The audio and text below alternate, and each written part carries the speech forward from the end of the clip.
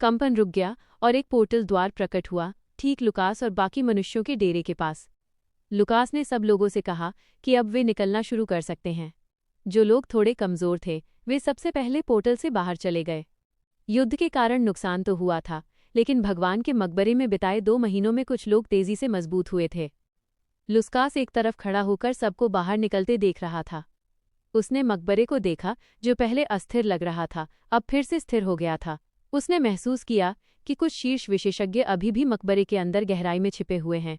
Lucas जानता था कि वो अपनी ताकत के दम पर उन्हें जबरदस्ती बाहर नहीं निकाल सकता था, इसलिए उसने उन्हें छोड़ दिया।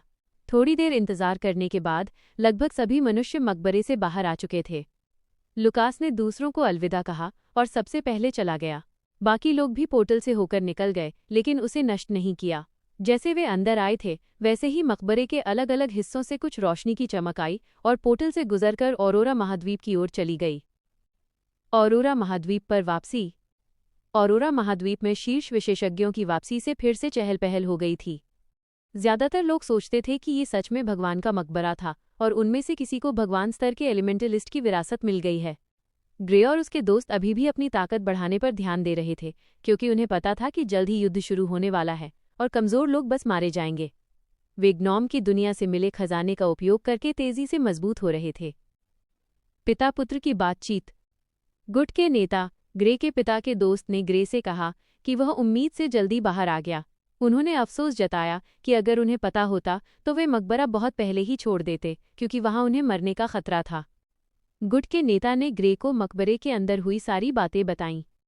ये सुनकर ग्रे हैरान रह गया कि उसके पिता लुकास ने एक जादूगर होने के शक पर एक प्रमुख गुट के व्यक्ति को पलक झपकते ही मार डाला। ग्रे ने सोचा, पिता भी मां की तरह ही दबंग हैं। वो जानता था कि उसके पिता को दूसरों की परवाह नहीं थी, लेकिन सहयोगी को मारना, हालांकि जादूगर होने के शक में यह जायज था। गुट के नेता ने देखा कि ग्रे और उसके पिता दोनों के चेहरे पर हमेशा एक जैसी ही लापरवाही की भावना रहती थी। फिर उन्होंने ग्रे से ग्नॉम की दुनिया की यात्रा के बारे में पूछा। ग्रे ने संक्षेप में बताया कि उसने वहां उलट-पुलट मचा दी थी। राजधानी महल समेत नष्ट हो चुकी है। सम्राट पद के लिए होड़ कर रहे ज्यादातर राजकुमार भी मर चुके हैं। जो बचे हैं उनसे कोई परेशानी नहीं है। गुट के नेता ये सुनकर स्तब्ध रह गए। उन्हें यकीन नहीं हुआ कि 4 युवा ग्नॉम की दुनिया में घुसकर इतना बड़ा विनाश कर सकते हैं। यह पागलपन था। गुट के नेता ने सोचा कि लुकास डॉसन को पहले ही इन पागल प्रतिभाशाली लोगों में गिना जाता था, लेकिन अब उनका बेटा तो पिता से भी ज्यादा पागल साबित हुआ है। इतना बड़ा साहस और उसे कर दिखाने की धृष्टता देखकर वो अवाक रह गए।